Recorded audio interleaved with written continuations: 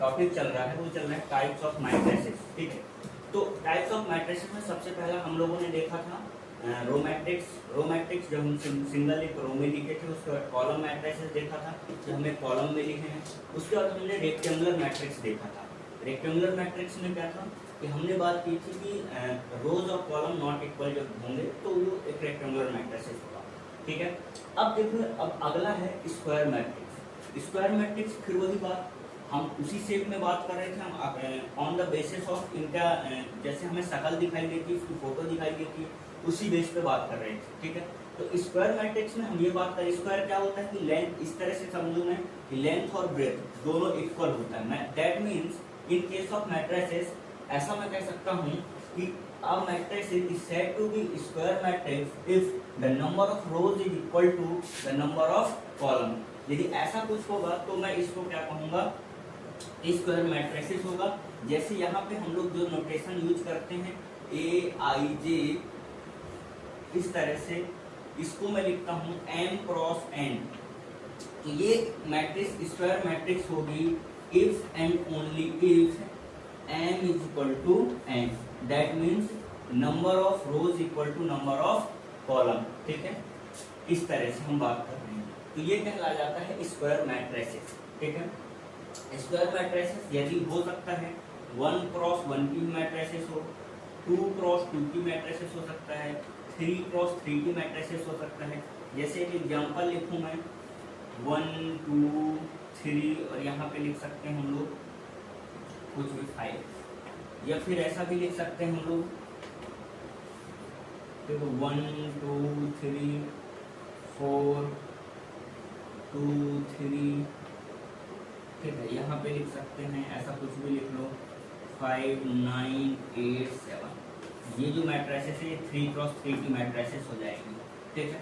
अब आता है बच्चे एक चीज और, जैसा स्क्वायर आया तो स्क्वायर के बाद एक टर्म और डिफाइन होता है डायगोनल। क्या डिफाइन होता है? डायगोनल एलिमेंट्स, ठीक है। डायगोनल एलिमेंट्स, तो देखो जब एक्चुअली स्क्वायर की जब हम बात करते हैं तो स्क्वायर में दो डायगोनल होते हैं, ठीक है। एक डायगोनल ये और दूसरा डायगोनल ये। लेकिन इन केस ऑफ मैट्रिसेस, जब हम मैट्रिसेस की बात करेंगे तो हम एक, यदि डायगोनल एलिमेंट की बात आए तो हम सिर्फ इस डायगोनल की बात करते हैं। ये जो लेफ्ट अपर हैंड से होकर राइट लोअर हैंड तक जाता है, ये कहलाता है डायगोनल एलिमेंट्स, या फिर इसको बोलते हैं प्रिंसिपल डायगोनल एलिमेंट्स, ठीक है। तो यदि कल को कोई हमको ऐसा बोले कि ये डायगोनल एलिमेंट्स क्या है, तो डायगोनल एलिमेंट्स यदि मैं इस मैट्रिसेस की बात करूं तो 1 2 और 7 ये डायगोनल एलिमेंट्स कहलाएंगे, ठीक है। इस मैट्रिसेस के लिए, इस मैट्रिसेस के लिए ये डायगोनल एलिमेंट्स होंगे।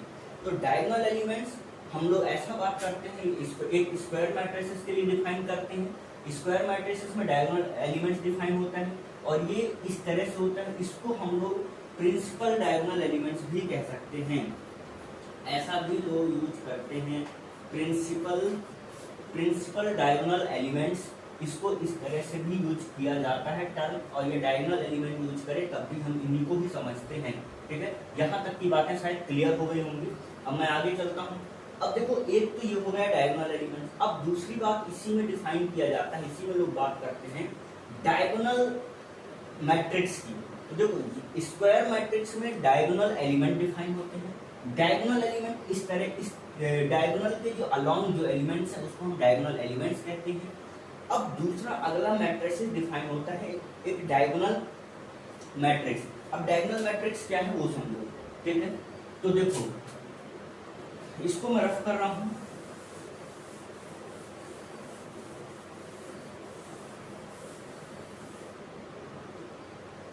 समझना यहाँ पे डायगोनल मैट्रिक्स। अब ध्यान से ये समझना कि डायगोनल मैट्रिक्स क्या है। तो a matrix is said to be, अब कौन सा मैट्रिक्स? A square matrix. ध्यान देना, देखो डायगोनल एलिमेंट स्क्वायर मैट्रिक्स के लिए डिफाइन था और डायगोनल मैट्रिक्स भी स्क्वायर मैट्रिक्स के लिए। यदि मतलब मैं ये कह रहा हूँ कि मैं डायगोनल मैट्रिक्स डिफाइन किया, इसका मतलब स्क्वायर पहले तो पहले मैट्रिक्स जो है स्क्वायर मैट्रिक्स होनी चाहिए, उसमें अब मैं डायगोनल की बात करूंगा। तो समझो ये कि आप ऐसा लिख सकते हैं कि आई स्क्वायर मैट्रिक्स, डेफिनेशन में ध्यान देना, I square matrix is said to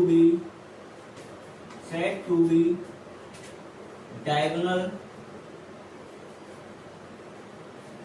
matrix if all elements except along principal diagonal is are 0।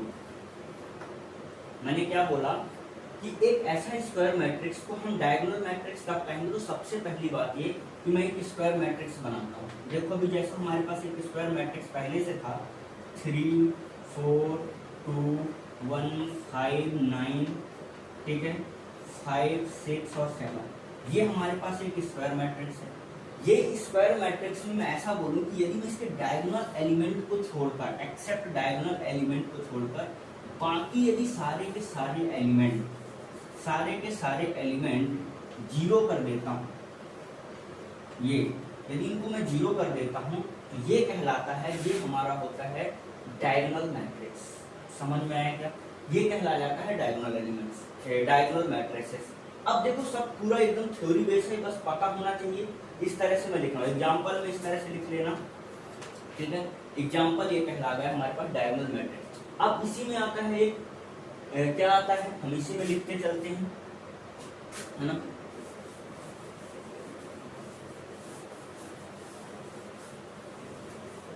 देखो अब इसी में लिख सकते हैं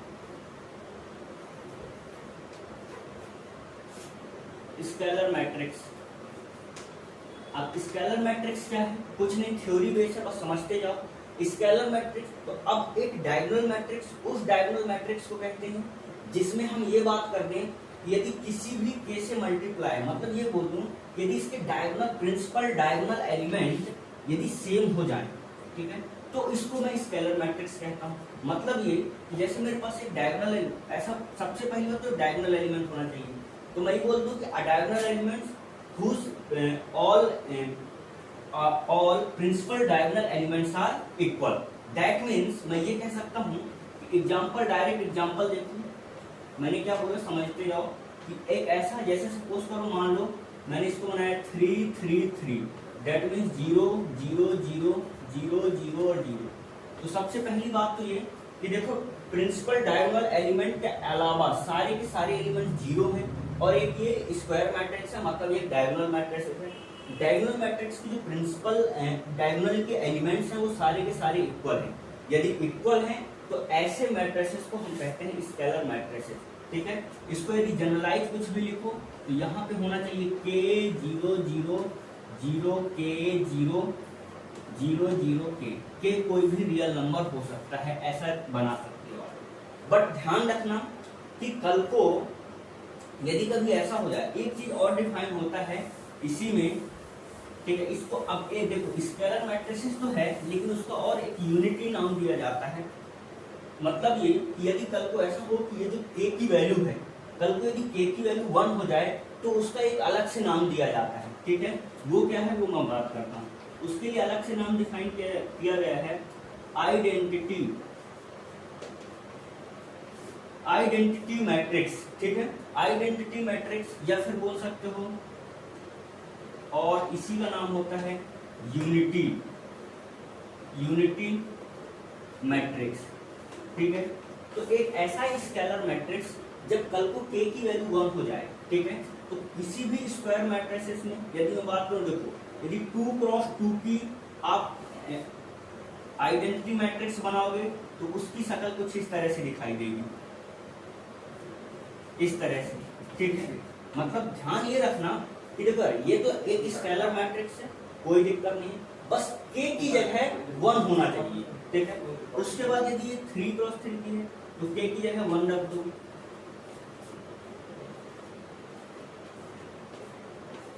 ऐसा कर लो, ठीक है। और ये 4x4 की होगी तो भी बना लोगे। तो इस तरह जो मैट्रिक्स दिखाई देगी ये कहलाता है आइडेंटिटी मैट्रिक्स। तो देखो अभी तक मैंने क्या बात किया, हम लोग बात कर रहे हैं types of matrices. Types of matrices में सबसे पहले हमने रो मैट्रिसेस, कॉलम मैट्रिसेस, रो मैट्रिसेस जिसमें एक सिंगल रो होगा, कॉलम मैट्रिसेस जिसमें एक सिंगल कॉलम होगा। उसके बाद हमने रेक्टेंगुलर मैट्रिसेस देखा जिसमें m not equal to n होगा। उसके बाद हमने स्क्वायर मैट्रिसेस देखा। स्क्वायर मैट्रिसेस देखने के बाद जब हम स्क्वायर मैट्रिसेस में आए तो स्क्वायर मैट्रिसेस में ही डायगोनल मैट्रिक्स आता है।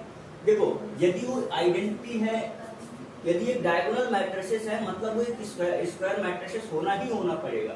तो देखो क्या हुआ, यदि एक स्क्वायर मैट्रिसेस के एक्सेप्ट डायगोनल एलिमेंट्स के अलावा यदि सारे एलिमेंट जीरो हो गए तो डायगोनल एलिमेंट्स कहला गया। अब उसी डायगोनल एलिमेंट में यदि वो सारे जो एलिमेंट हैं डायगोनल एलिमेंट यदि वो इक्वल हो गए तो वही मैट्रिसेस स्केलर मैट्रिसेस कहला गई, स्केलर मैट्रिक्स कहला गई। और ये जो इक्वल है यदि ये कल को 1 हो गया तो इसी का अलग से नाम दे दिया गया है आइडेंटिटी और यूनिटी मैट्रिक्स, ठीक है। तो ये कहलाता है हमारा एक ओवरव्यू, ठीक है। अब इसमें एक अलग आता है, एक और आता है, उसको हम कहते हैं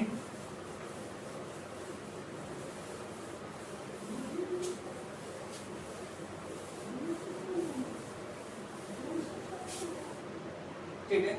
अब देखो जरा ध्यान से, अब आता क्या है, अब आता है नल मैट्रिक्स, ठीक है। नल और इसी को बोलते हैं जीरो मैट्रिक्स, ठीक है। नल और जीरो मैट्रिक्स, नल और जीरो मैट्रिक्स क्या है इसको समझ लेते हैं। नल और जीरो मैट्रिक्स में हम क्या बात करते हैं कि यदि ऑल एक मैट्रिक्स को हम जब उसके ऑल एलिमेंट्स आर जीरो, जब सारे के सारे एलिमेंट जीरो हो तो ऐसा मिल सकते हो a matrix is said to be zero matrix if all elements are zero. मैं डायरेक्ट ऐसे लिख रहा हूँ, एग्जांपल लिखूंगा समझ जाना, ठीक है। तो इसमें क्या आ जाएगा, सिंपल, यदि वो है 1x1 की मैट्रिक्स है तो ये हो जाना चाहिए, यदि ये 2x2 की मैट्रिक्स है तो ये हो जाना चाहिए। अच्छा, ध्यान देने वाली बात ये है कि इसमें जरूरी नहीं है कि ये स्क्वायर मैट्रिक्स होना चाहिए। मतलब ये कि ये तो 2x2 की मैट्रिक्स हो गई, कल को आपको ऐसा भी मैट्रिसेस मिल जाएगा, ठीक है। ये 2x3 की मैट्रिसेस हो गई, 2 रोज 3 कॉलम, ठीक है। तो null matrix wide zero matrices के लिए जरूरी नहीं है कि स्क्वायर मैट्रिसेस होना चाहिए, लेकिन आइडेंटिटी, स्केलर, डायगोनल, इन तीनों के लिए सबसे पहला ही कोई स्क्वायर मैट्रिक्स होगा तब ये चीजें डिफाइन होंगी, ठीक है। तो ये बात हो गई क्या हमारे पास जीरो मैट्रिसेस की। अब आता है एक आता है और ट्रायंगुलर मैट्रिसेस, ठीक है। अच्छा, ये शायद एनसीईआरटी में नहीं है, एक बार देख लेना आप लोग, ठीक है। इसमें मैं बात करता हूं, देखो एक आता है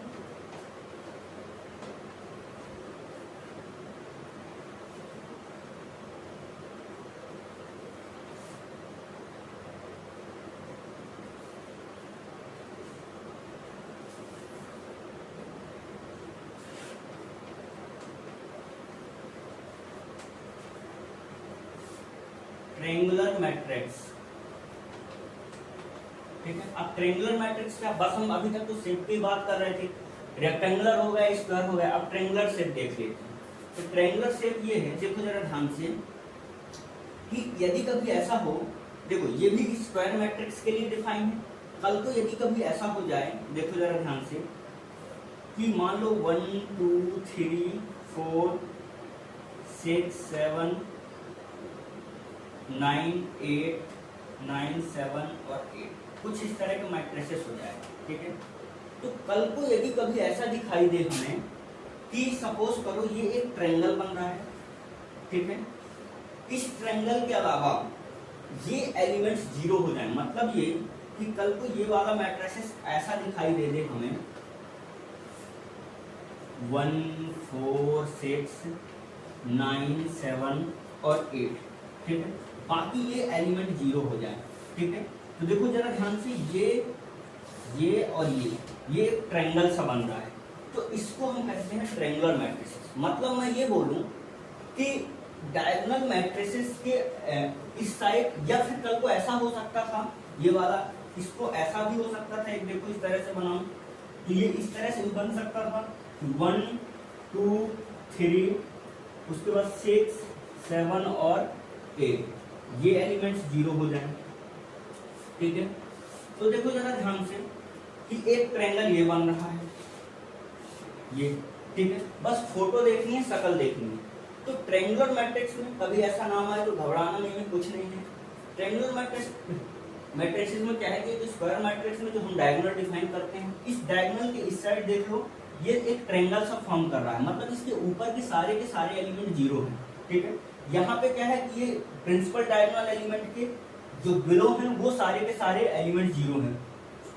तो हम ऐसा बात करें, यदि प्रिंसिपल डायगोनल एलिमेंट के अबव और बिलो के यदि बिलो सारे के सारे एलिमेंट 0 हों तो वो कहलाता है ट्रायंगुलर मैट्रिक्स।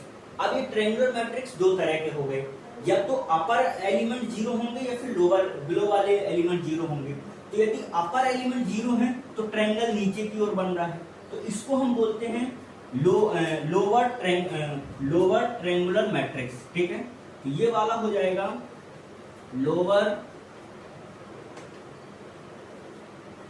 Triangular matrix. ठीक है, अब इधर आ जाओ, ये हम क्या देख पा रहे हैं, इसमें देख पा रहे हैं कि लोअर एलिमेंट्स 0 हैं, प्रिंसिपल डायगोनल के लोअर एलिमेंट 0 है, मतलब ट्रायंगल ऊपर बन रहा है। तो इसको हम कहते हैं अपर, कोई खास बात नहीं है, अपर ट्रायंगुलर मैट्रिक्स, ये कहला जाता है अपर ट्रायंगुलर मैट्रिक्स। ठीक है, तो यहां तक की बात हो गई टाइप्स की, और भी इसमें आते हैं हॉरिजॉन्टल मैट्रिक्स, वर्टिकल मैट्रिक्स। तो वही बात है जैसे हम लोगों ने रेक्टेंगुलर में बात किया था, रेक्टेंगुलर मैट्रिक्स में क्या बात की थी, यदि m not equal to n हो। अब m not equal to n है तो उसी में देखो कुछ नहीं है, मैं लिखूंगा कुछ नहीं, बस समझ लो। हम उसमें क्या बात की थी, यदि m not equal to n है तो कल को यह तो होगा कि m बड़ा होगा n से या n बड़ा होगा n से।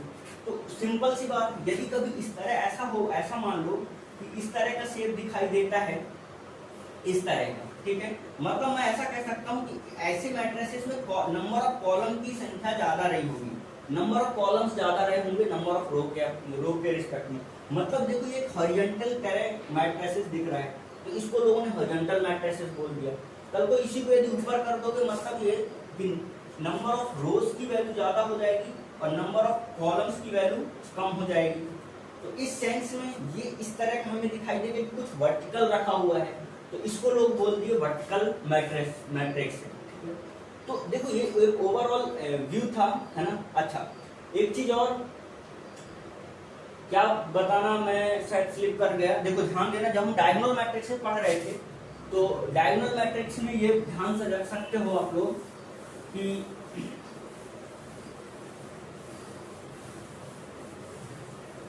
वहीं पे मेंशन कर लेना डायगोनल मैट्रिक्स पे कि कल को यदि कभी ऐसा लिखा मिल जाए, देखो इस तरह से भी लिखा मिलता है, मान लो तुम्हारे पास ये डायगोनल एलिमेंट लिखा है, ठीक है, 3 2 7 शायद इस तरह से कुछ लिखा हुआ था ना, जो भी है देख लेना, ठीक है। यदि डायगोनल मैट्रिक्स इस तरह से लिखा है तो हमें दिख रहा है कि डायगोनल मैट्रिक्स है, तो इसी बात को कल को ऐसा भी लिख देगा तो घबराने की जरूरत नहीं है। डायगोनल ऐसा, ठीक है, 3 2 और 7, है ना, ये इस तरह का भी लिखा मिल जाएगा हमें।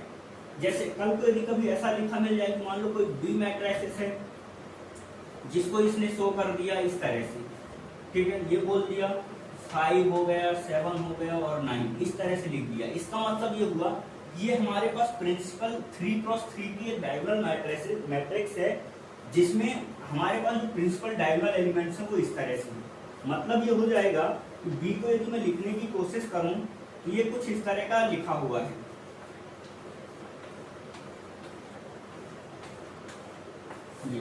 ठीक है। तो ऐसा नोटेशन भी कई बार यूज किया जाता है, खासतौर से मेन सेंस में ऐसा ही लिखा जाता है, ध्यान रखना, ठीक है। अदर कॉम्पिटिशन एग्जाम की बात करोगे तो उसमें भी यही आता है, ठीक है। तो इस तरह का जो लिखा होता है उसको समझ जाना, ठीक है।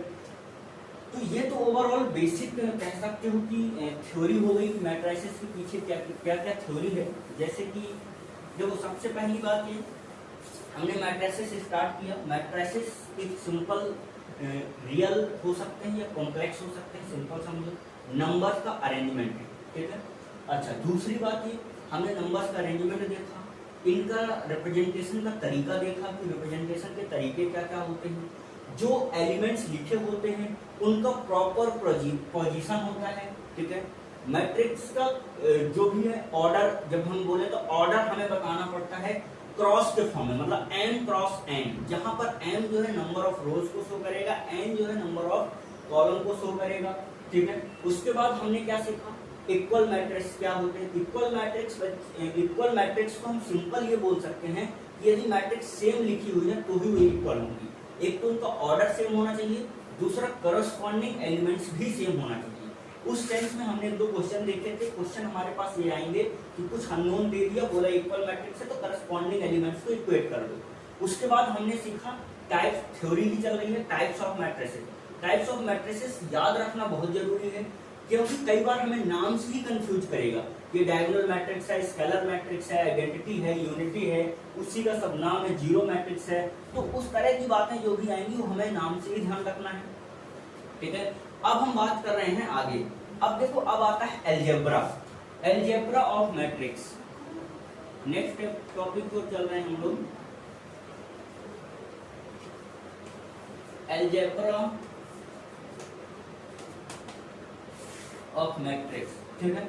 अब अलजेब्रा क्या है? अलजेब्रा में देखो हम लोग जैसे अलजेब्रा जब भी हमारा स्टार्ट होता है, हम बोलते हैं मैथमेटिक्स में अलजेब्रा पढ़ रहे हैं।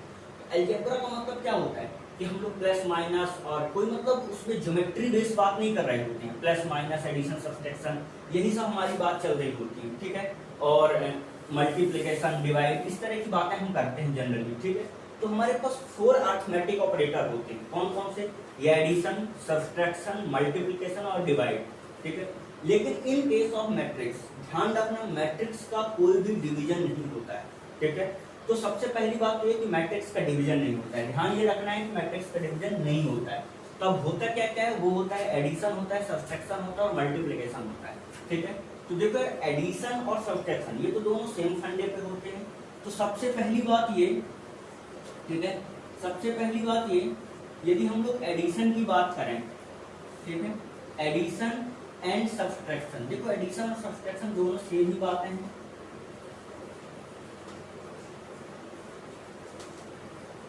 एडिशन और सब्सट्रैक्शन, ठीक है, एडिशन और सब्सट्रैक्शन दोनों सेम ही बात है, सेम तरह से होता है। सबसे पहली बात है, ध्यान रखना, दो मैट्रिसेस, दो या दो से ज्यादा मैट्रिसेस तभी ऐड या सब्सट्रैक्ट की जा सकती हैं, ठीक है। दो या दो से ज्यादा मैट्रिक्स तभी या ऐड या सब्सट्रैक्ट की जा सकती हैं। First point, if they have same order, यदि सेम ऑर्डर की मैट्रिसेस होंगी तो ही ऐड या सब्सट्रैक्ट की जा सकती हैं। First point. दूसरा ये कि जब हम करते हैं तो एडिशन या सब्सट्रैक्शन में करस्पॉन्डिंग एलिमेंट ऐड या सब्सट्रैक्ट होते हैं, ठीक है। तो है ना, तो हम ये लिख सकते हैं कि करस्पॉन्डिंग एलिमेंट्स ऐड या सब्सट्रैक्ट होते हैं। तो फर्स्ट पॉइंट तो यही था कि इसको ध्यान रख लेना, if they have the same order then we can add या subtract, then we can add और सब्सट्रैक्ट, जो भी हमें जरूरत होगी हम कर सकते हैं। ये तभी कर सकते हैं जब वो सेम ऑर्डर की मैट्रिसेस होंगी, ठीक है। अच्छा, दूसरी बात ये कि ये चीज होनी चाहिए क्या, करस्पॉन्डिंग एलिमेंट ही करस्पॉन्डिंग एलिमेंट से ऐड हुए। जैसे कि सपोज करो, मैं एग्जांपल के थ्रू ही समझाता हूँ, देखें जरा ध्यान से। मान लो कि कोई एक मैट्रिक्स लिखा हुआ है, ठीक है, आपके पास लिखा 5 3 4 5, ठीक है।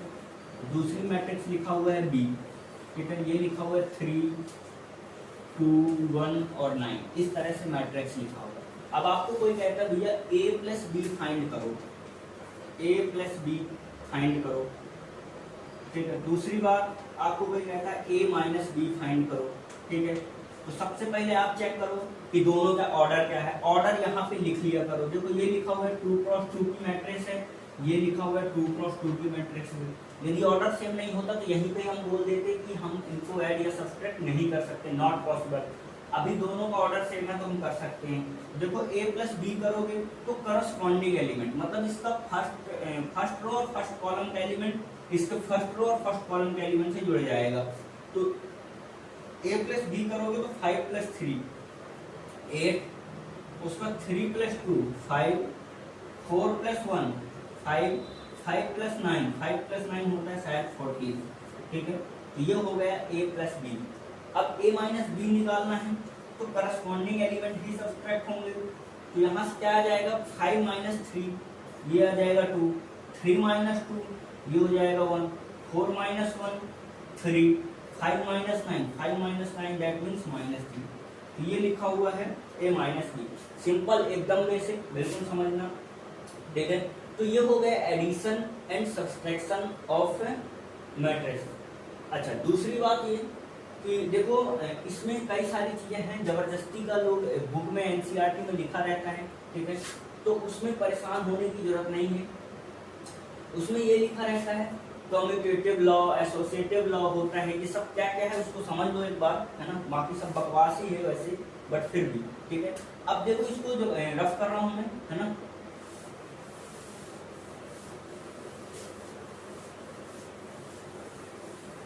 ऐसा भी बोलते हैं कि चलो भाई इसमें बताओ कि इसमें बताना है हमें, क्या बताना है कि हाँ प्रॉपर्टीज ऑफ एडिशन, ऐसा बोल सकता हूं मैं, है ना।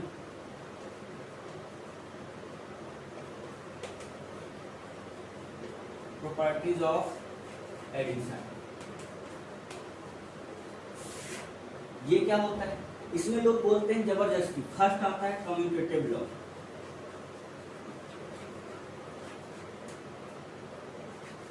ठीक है, कम्यूटेटिव लॉ। अब कम्यूटेटिव लॉ क्या है, ठीक है। कम्यूटेटिव लॉ ये है कि कल को कभी ऐसा भी हो सकता है, देखो जरा ध्यान से, कि जैसे हम लोग जनरल जो फॉलो करते हैं कि मान लो 5 प्लस 3 करें या फिर 3 प्लस 5 करें, दोनों की वैल्यू 8 आने वाली, ठीक है। तो इसी तरह सेम लॉ ये भी फॉलो करता है, मैट्रिक्स भी फॉलो करता है। दैट मीन्स ये होता है कि कल को यदि a प्लस बी हम जो लिखते हैं ये सेम एज होगा b प्लस ए के, ठीक है। तो इसको जबरदस्ती में बोल दिया जाता है कम्यूटेटिव लॉ, ठीक है। आप लोग कोई भी एक मैट्रिक्स a ले लेना, दूसरी मैट्रिक्स b ले लेना, पहले a प्लस बी करना, फिर b प्लस ए भी करके देखना, दोनों का आंसर सेम आएगा, एक सेम मैट्रिक्स आएगी, ठीक है। तो ये कोई बहुत बड़ा इशू नहीं है, आप खुद कर सकते हैं। दूसरा आता है एसोसिएटिव लॉ, ठीक है।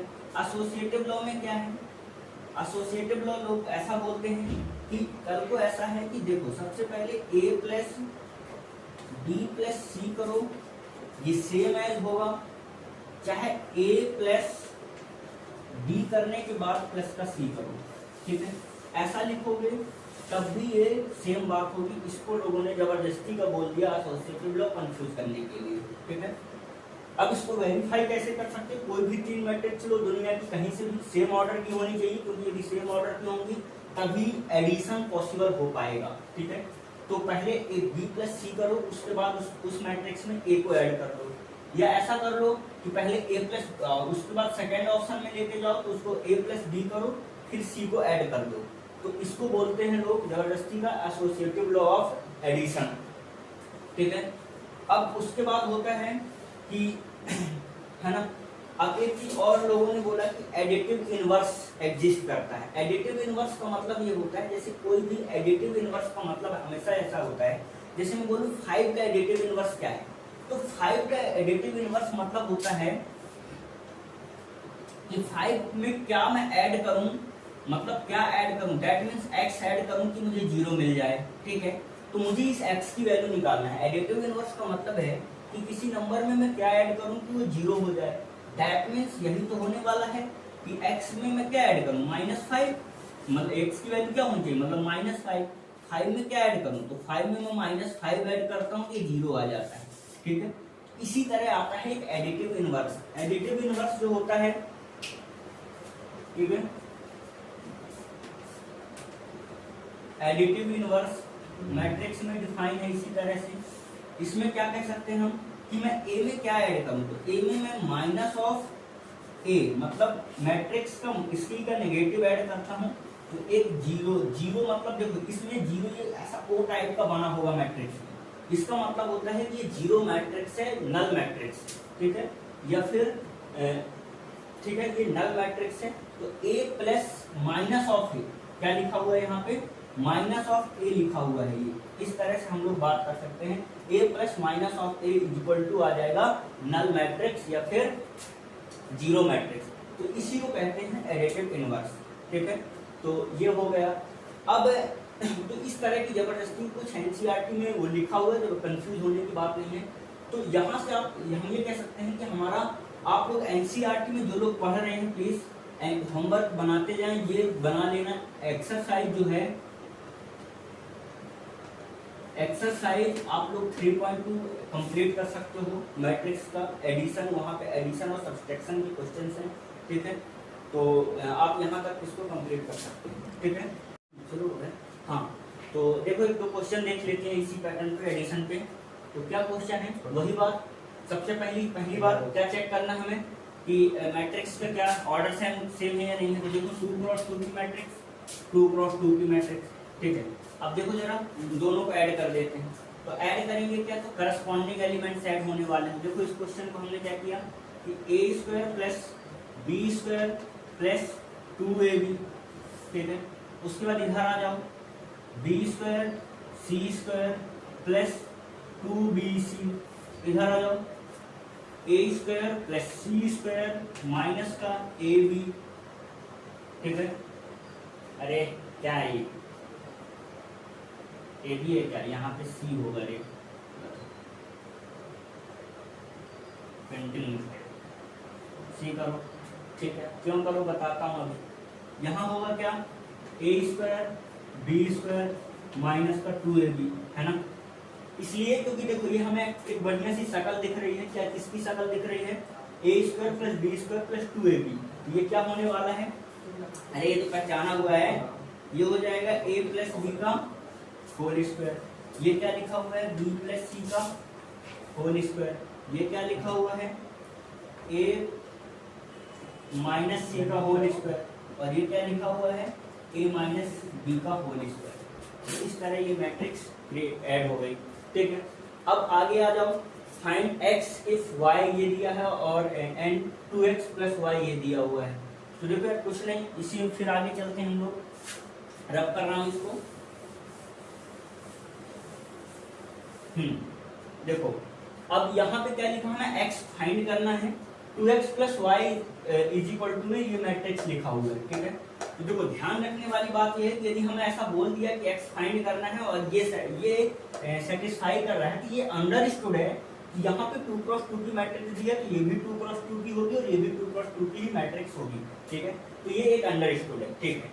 अब हम आगे चल रहे हैं, वहां पे क्या लिखा हुआ है, देखो ये लिखा हुआ है 2x प्लस का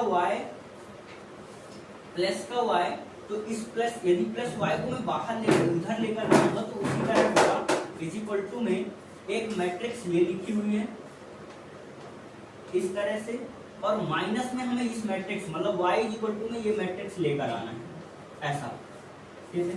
तो इसका मतलब ये हुआ कि 2x जो है ये निकल करके आ गया है, इसमें करस्पॉन्डिंग एलिमेंट माइनस होगा, तो -2, ये भी -2, यहाँ पे -4 और यहाँ पे आ जाएगा -2, ये निकल के आ गए। अब ये 2x है, x के लिए जाएगा, तो देखो हाँ अभी हम बात कर लेते हैं, ये बात है ना, ये आ जाएगा 1/2 इस तरह से, ठीक है। तो यहाँ पे क्या आने वाला है, यहाँ पे आ जाएगा, देखो ये 2 से डिवाइड हो जाएंगे सारे के सारे एलिमेंट, तो इधर आ जाता है -1, इधर भी -1, इधर माइनस का 2 और इधर भी माइनस का 1। ये कुछ इस तरह से लिखा हुआ है, ये हमारे पास आ जाएगा x। एक बार कैलकुलेशन हम लोग चेक कर लेना, बाकी आंसर सही, ठीक है। तो ये हो जाता है, ये एक सिंपल बेसिक क्वेश्चन लिखा हुआ है। देखो एक चीज और हम बात करते हैं नेक्स्ट, ये तो एडिशन वाली बात हो गई, ऐसे एनसीईआरटी में सड़े क्वेश्चन है जो आप लोग खुद ही बना लो।